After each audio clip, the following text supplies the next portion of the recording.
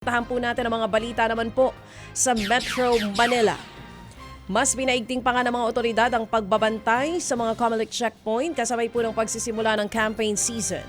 Ayon sa Quezon City Police District, may nakalatag po na 32 police checkpoints sa lungsod. Maaari pang madagdagan ito ng 3 hanggang 5 checkpoints depende po sa sitwasyon. Lalo na kung may mga lugar na nangangailangan po ng mas mahigpit na pagbabantay. Sa araw ng eleksyon, babawasan ang bilang ng mga checkpoint para ilipat po ang puwersa ng pulisya sa mga polling center. Maging ang Armed Forces of the Philippines, plansyado na mga inilatag na seguridad sa mga itinayong military checkpoints, partikular sa mga lugar na isinailalim po sa areas of concern. Patuloy pa rin ang investigasyon ng PNP Highway Patrol Group kaugnay naman sa mga tauhan nilang nahuling dumaan sa EDSA Busway noong nakaraang Biyernes. Sa panayam po ng programang ito, sinabi ni PNP HPG spokesperson Police Lieutenant Nadame Malang, hindi raw makumpirma ng HPG kung may mataas nga na opisyal na kasama sa mga nahuli. Nilinaw din nilang hindi nila sasakyan ang ine-eskorta ng 2 nilang tauhan na nahuli po sa busway. Sinibak na raw sa pwesto ang mga nahuling tauhan ng HPG. Posible rin daw managot ang mga nahuli sa busway dahil sa paggamit ng pangalan ni PNP Chief General Romel Marbil. Nangako naman po ang HPG na isa sa publiko ang anumang magiging resulta ng kanilang investigasyon.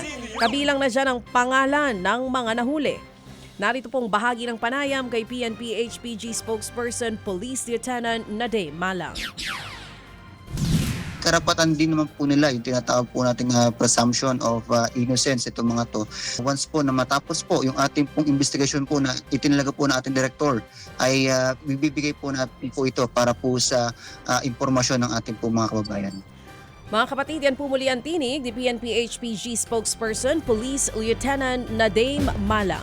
Sa iba pang mga balita, sibak sa pwesto. Naku, grabe po ang video nito mga kapatid. Caught on cam. Sibak nga po sa pwesto ang 7 pulis na bigla na lamang pumasok at nanghuli po sa isang tindahan sa Taguig City.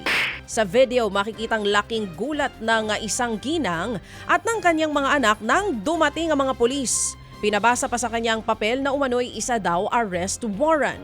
Pero dahil wala raw nakalagay kung ano ang kanyang kaso, pumalag po si Mrs. Hindi na nakita mga sumunod na nangyari sa tindahan dahil winasak ng mga pulis ang CCTV.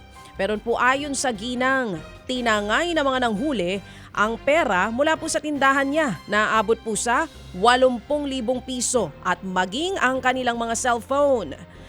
Sa pilitan din daw siyang isinakay sa police mobile at sinabing dadalhin sa barangay. Pero tila hindi raw ibababa ang ginang kaya nang madaanan ng mobile sa barangay. Tumalon. Ang kwento po kasi dito nung ginang, sumama siya. Kahit na yung arrest warrant, medyo skeptical na siya.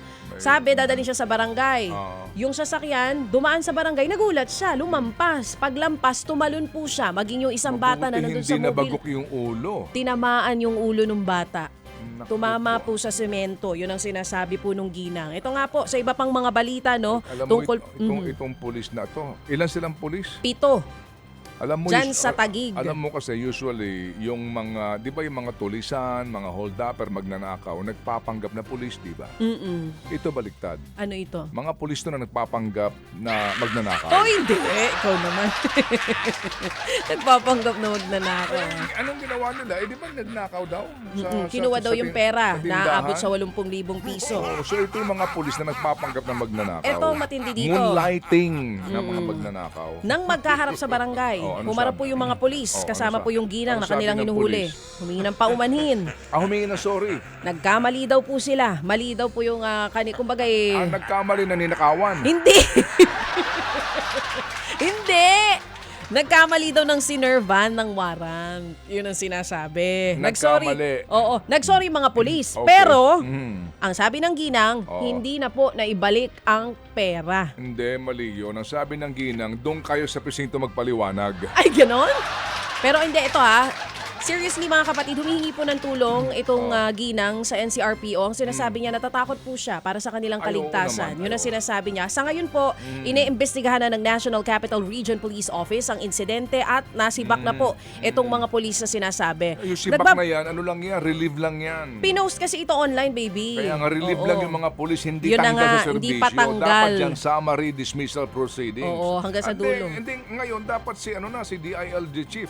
Dapat may makausap ka tungkol dyan. Remulia, sige. Pwede natin kausapin. Dapat kausapin o Napolcom para i-bypass na itong kanilang mga hepe-hepe kasi pwede ka din dumiretso na sa Napolcom yan. May kung tawagin ay summary dismissal proceeding kasi kapag sila baka magtakipan yan. Malay mo kung may, di ba? Alam mo na, may timbre sa taas. Yan may nga quota. po. Oo, ito nga po yung unang ipinost online at nag-viral kaya po ngayon nasa mga balita na mga kapatid.